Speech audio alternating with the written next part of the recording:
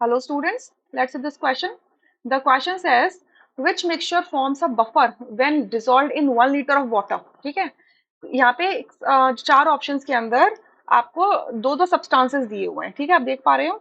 तो इनका मिक्सचर को, इनका जो गिवन नंबर ऑफ मोल्स हैं, अगर उसको हम 1 लीटर के अंदर डाल दें, so number of moles in volume in litres. ठीक है, इसको हम क्या कहते हैं? मोलारिटी कहते हैं.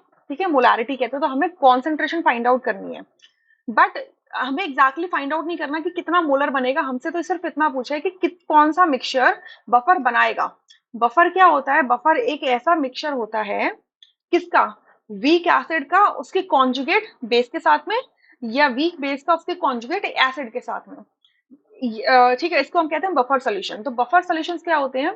जो भी आपके माइन्यूट माइन्यूट चेंजेस को रेजिस्ट कर पाता है. एसिड या बेस अगर आप डाल दोगे या डाइल्यूशन कर दोगे, तो उन चेंजेस को एक सर्टेन पीएच रेंज तक क्या कर सकता है? रेजिस्ट कर सकता है. उसको हम कहते हैं बफर सोल्यूशन. या तो बफर सोल्यूशन क्या हो गया यहाँ पे? अगर मैं इसको जस्ट लिख दूं, क्या हो जाएगा? Weak acid plus it's conjugate base. CB मतलब कॉन्जुगेट बेस, डब्ल्यू ए मतलब वीक एसिड. या फिर क्या, या फिर दूसरे, अगर वीक एसिड लेते हैं तो इसे कहते हैं एसिडिक बफर. ठीक है, इसे हम कह देंगे एसिडिक बफर. या फिर दूसरा हो सकता है weak base plus it's conjugate acid. ठीक है, डब्ल्यू बी वीक बेस, सी ए मतलब कॉन्जुगेट एसिड. ठीक है, इसको हम कहेंगे बेसिक बफर. इसको हम कहेंगे बेसिक बफर. या अब फर्स्ट ऑप्शन देखो, NaOH क्या स्ट्रॉन्ग बेस है, HBr क्या स्ट्रॉन्ग एसिड है.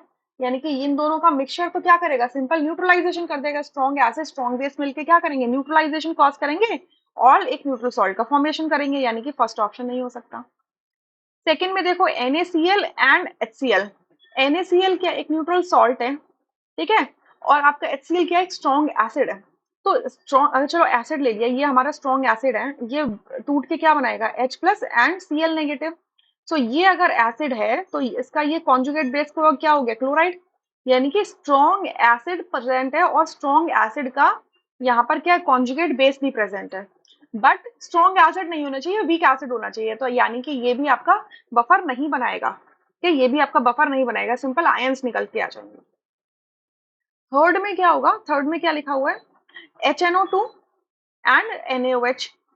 HNO2 क्या होता है आपका? HNO2 क्या होता है? एक वीक एसिड होता है.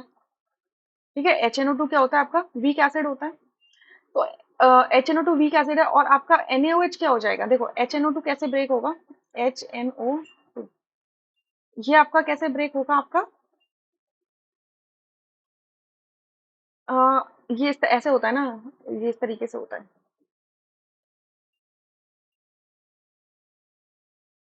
ठीक है, ये इस तरीके से होता है.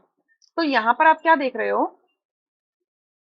तो यहाँ पर आप क्या देख रहे हो कि ये H क्या है? एसिडिक है. तो ये हो जाएगा H positive and NO2 negative. ठीक है, तो ये जो कॉन्जुगेट आपका इसका क्या कॉन्जुगेट बेस है, ये स्ट्रॉन्ग बेस के साथ कंबाइन करके क्या बना लेगा? सॉल्ट बना लेगा. देखो, पहले तो दिया नहीं है मिक्सचर के अंदर, आपको दिया नहीं है, बट होगा कैसे? ये आपका वीक एसिड है, ये क्या स्ट्रॉन्ग बेस है. सबसे पहले होगा न्यूट्रलाइजेशन रिएक्शन. कैसे होगा?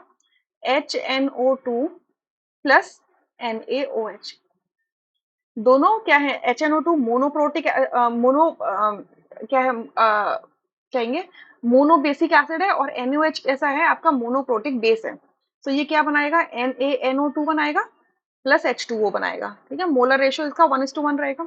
अब देखो, NaOH कितना दिया है? 0.2 मोल दिया है. यानी कि इसका 0.2 मोल HNO2 के 0.2 मोल के साथ कंबाइन करेगा, और 0.2 मोल क्या बनाएगा? सॉल्ट बनाएगा.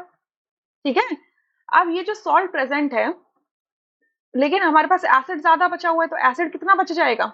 इनिशियल ये एसिड कितना था? 0.4 था. आपने 0.2 इसमें से कंज्यूम कर लिया, तो बचा कितना? 0.2. तो 0.2 आपका एसिड बचा है, वीक एसिड, और आपका 0.2 मोल आपका क्या बना है? सॉल्ट बना है. तो ये बन गया आपका बफर. अब बन जाएगा बफर इसके अंदर, क्योंकि वीक एसिड और इसका कॉन्जुगेट बेस प्रेजेंट है. या सो ये आपका बफर का फॉर्मेशन कर देगा. फिफ्थ में देखो, आपका NH3 क्या होता है? वीक बेस होता है. NH3 is a weak base. HCl acid दिया हुआ है. सो सबसे पहले न्यूट्रलाइजेशन रिएक्शन होगा. इसे मैं यहाँ से हटा देती हूँ थोड़ी देर के लिए. ठीक है, न्यूट्रलाइजेशन रिएक्शन होगा. NH3 क्या करेगा, HCl के साथ में कंबाइन करके आपको क्या देगा, NH4 positive Cl negative, NH4Cl salt दे देगा, ठीक है। अच्छा, अब यहाँ पे देखो दोनों का मोलर रेशियो 1:1 का है।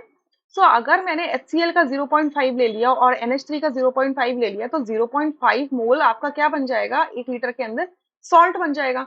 अब दोनों बचे ही नहीं है, ना तो बेस बचा है ना एसिड बचा। देखो एसिड तो हमें चाहिए भी नहीं था, ये तो स्ट्रॉन्ग एसिड है, हमें स्ट्रॉन्ग एसिड तो चाहिए भी नहीं था, बट ये वीक बेस तो हमें चाहिए था, क्योंकि आपका जो सॉल्ट बन रहा है, इट्स सॉल्ट के लिए इसके लिए आपको क्या चाहिए था, एक वीक बेस चाहिए था, बट वीक बेस तो पूरा का पूरा कंज्यूम हो चुका है। तो जब पूरा कंज्यूम ही हो गया तो बफर कहाँ से बनेगा, सिर्फ न्यूट्रलाइजेशन रिएक्शन होकर रह जाएगा। तो फोर्थ ऑप्शन भी आपका बफर का क्रिएशन नहीं कर सकता। तो इस पूरे क्वेश्चन के अंदर सिर्फ थर्ड ऑप्शन करेक्ट है, rest are incorrect. I hope you understood. Thank you.